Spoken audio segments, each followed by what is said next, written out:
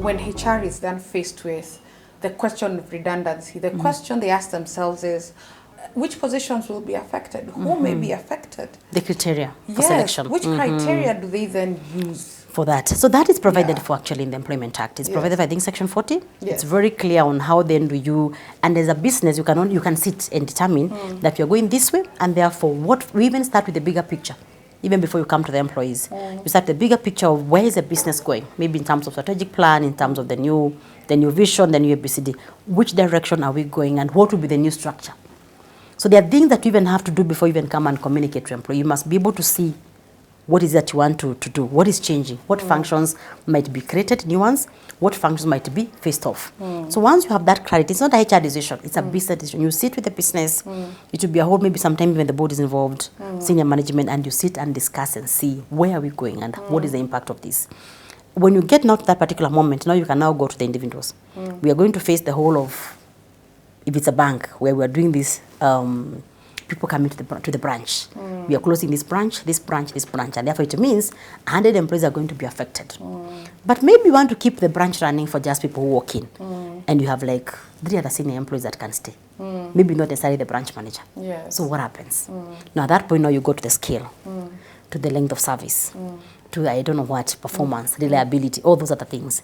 But the criteria must be very clear and very well spelled out, including the creation of the new jobs. Do you have the job descriptions that people who do not have to be affected can be moved if they can be moved? Yes. So the whole of that thinking has to happen before HR communicates to the employees and says, Stella, you're affected. Yes. Your role could be affected, but we have this that requires the same skills and ABCD, and therefore how do we proceed? Yes. Yeah, I think that answers the criteria. You say that because the management of the entire organization has to handle this not from a discretionary perspective, but from a legal perspective. And case law has made it very clear, and Section 40 has made it very clear. What I personally use as an acronym called SARS, that is, it looks at seniority. That is, if you are last in, you are first out. That is normally one of the criteria. It looks at ability. Because then you're ensuring that people who have the necessary ability to actually perhaps evolve to a technology that you're moving towards can perhaps be still redeployed. You're looking at reliability. Is this particular employee reliable or not reliable? Assuming you want to redeploy them or retain them to grow into a skill. And then you look at skill. So those are the 4 things that any person who is faced with a redundancy or criteria would look at. But let me also just add on the seniority. Yes. So there are times that maybe the senior person doesn't even have the skills that you are looking for. So you must have a matrix that looks at all the things that you have said in a more holistic way. Because sometimes you're looking at a role like maybe digital marketing.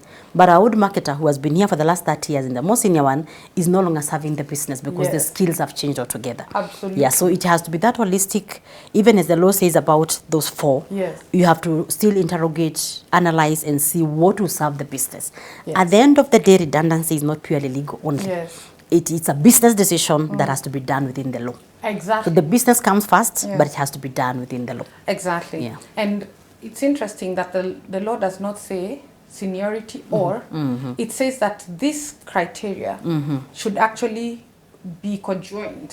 Exactly. So you're absolutely right where you say, yes, you might be the one who was first in, but with where the business is going, you may lack ability or skill. Or even yes, you might be reliable, but you may lack other things, but you do not have the skill. So your reliability may not actually be relevant in terms of the skill that the business requires.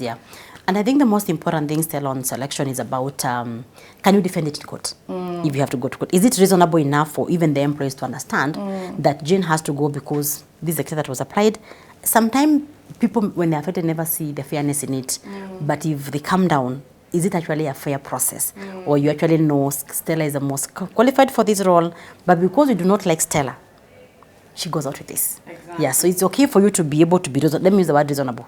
The criteria is there, but be reasonable in your application in a way that you can actually defend its fairness and its reasonability. Yeah. And in closing, it's important to state that any termination, whether it is the normal termination, whether it is redundancy, the law will look at whether there was procedure followed and whether there were substantive reasons to actually terminate this employee. And the redundancy two yes. is still a termination of a contract.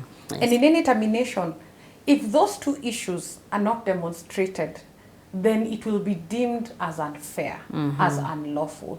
So I like what you said. It must be anchored in 1, good faith, 2, reasonability.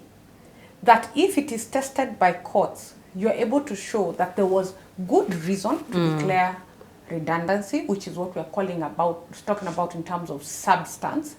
And then 2, once you establish there was good reason to declare redundancy, you followed the process. Yeah. Okay? Yeah. Thank you.